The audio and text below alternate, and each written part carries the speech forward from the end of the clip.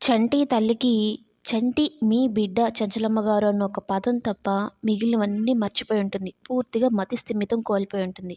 ఎవరు ఏం అడిగినా, ఏం కదిలిచ్చినా చంటి మీ బిడ్డ అన్నదొక్కటే చెప్తూ ఉంటుందనమాట.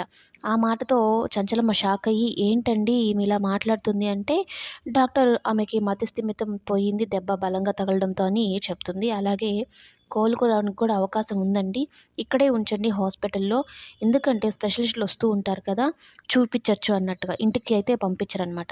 అయితే చంటి షాక్ అవుతాడు. అదేంటి మా అమ్మ నన్ను కూడా గుర్తుపట్టకపోవడం అని. అయితే వీళ్ళిద్దరూ ఇంకా ఇంటికొచ్చేసిన తర్వాత రేపొక స్పెషల్ డే అండి మనకు అనైతే చంటి చెప్తాడు. ఏంటి అంటే మీ పుట్టినరోజు అమ్మాయి గారు అనగానే సింధూర చిన్నప్పుడు నాకొక స్పెషల్ గిఫ్ట్ ఇచ్చావు గుర్తుందా నీకు అని చంటిని అడుగుతుంది. ఇక వాళ్ళ మాటలు చంచలమ్మ వింటుంది. అంటే రేపు సింధూర పుట్టినరోజా అని అనుకుంటుంది. అవునమ్మాయి గారు గుర్తుంది అని చెప్పని వాళ్ళ చిన్ననాటి జ్ఞాపకాలని గుర్తు చేసుకుంటూ ఇద్దరు సంతోషంగా అయితే ఉంటారు.